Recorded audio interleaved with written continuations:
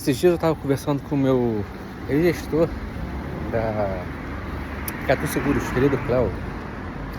Abraço, Cléo. E a gente está falando sobre os desafios hoje de agilidade e de gestão de projetos. Uma das coisas que a gente estava conversando foi assim, cara, a agilidade caiu. E o Cléo me fez uma provocação muito boa, que ele falou assim, hoje eu vejo o GP com mais estrutura para defender, digamos assim, justifica o seu trabalho, numa conversa hipotética para um executivo. E ele falou que ele enxerga o gerente de projetos hoje mais preparado do que um agilista para fazer isso. E eu fiquei refletindo sem ter uma resposta rápida para ele, porque em algumas partes eu concordo 100%, em outras partes eu discordo 100%. Caminhão passando. E qual foi a parte que eu primeiro discordo 100%? Eu discordo porque a agilidade ela vem para trazer ganhos, vem para entregar valor mais cedo. E se você está aplicando de uma forma correta, isso deveria ser sentido em algum momento. Talvez você não consiga entregar mais rápido, porque isso é um erro muito comum.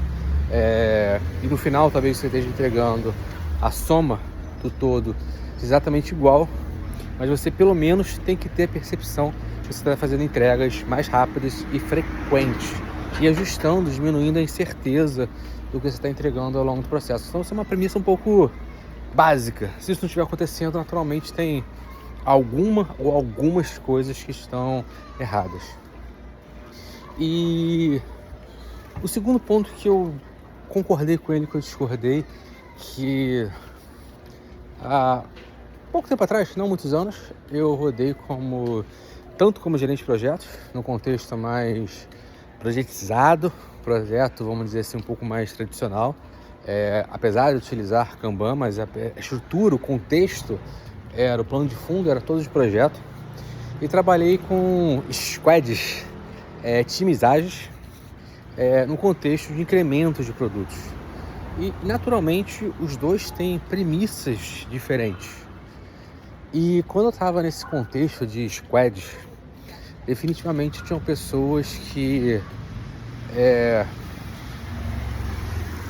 não sei a melhor definição, porque eu não gostaria de banalizar, mas eram pessoas que não estavam entendendo a regra do jogo.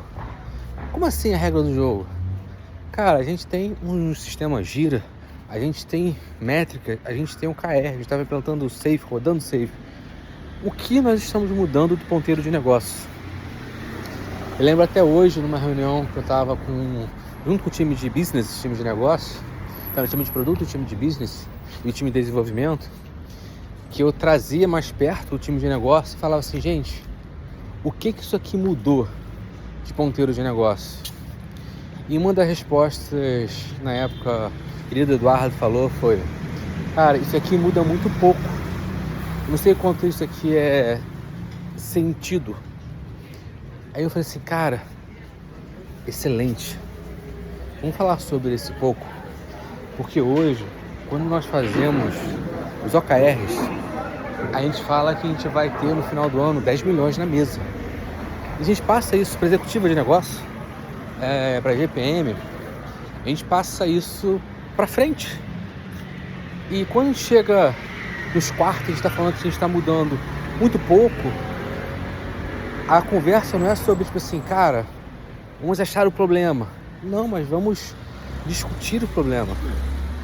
E pode parecer que é uma coisa muito parecida, mas a abordagem, a forma como você faz isso é diferente. E eu conversava com as pessoas, pessoal, vamos abrir e vamos ver o que teve, para que a gente tenha consciência do que a gente faz, o quanto que está mudando o ponteiro de negócio.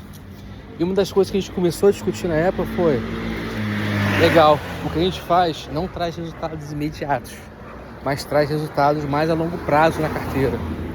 E eu falei assim, cara, que ótimo, mas a gente precisa começar a ajustar.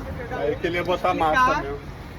A gente precisa começar a ajustar os nossos OKRs, porque a gente está falando que em um ano a gente vai ter isso. Se no longo prazo é de 2 a 3, cara, existe um descompasso entre aquilo.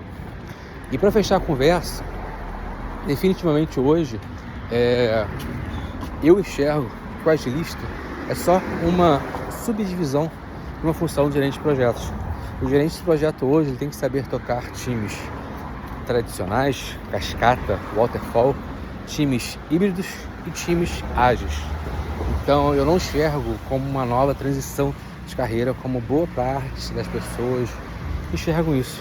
Eu acho que é apenas complemento do novo contexto que vive hoje.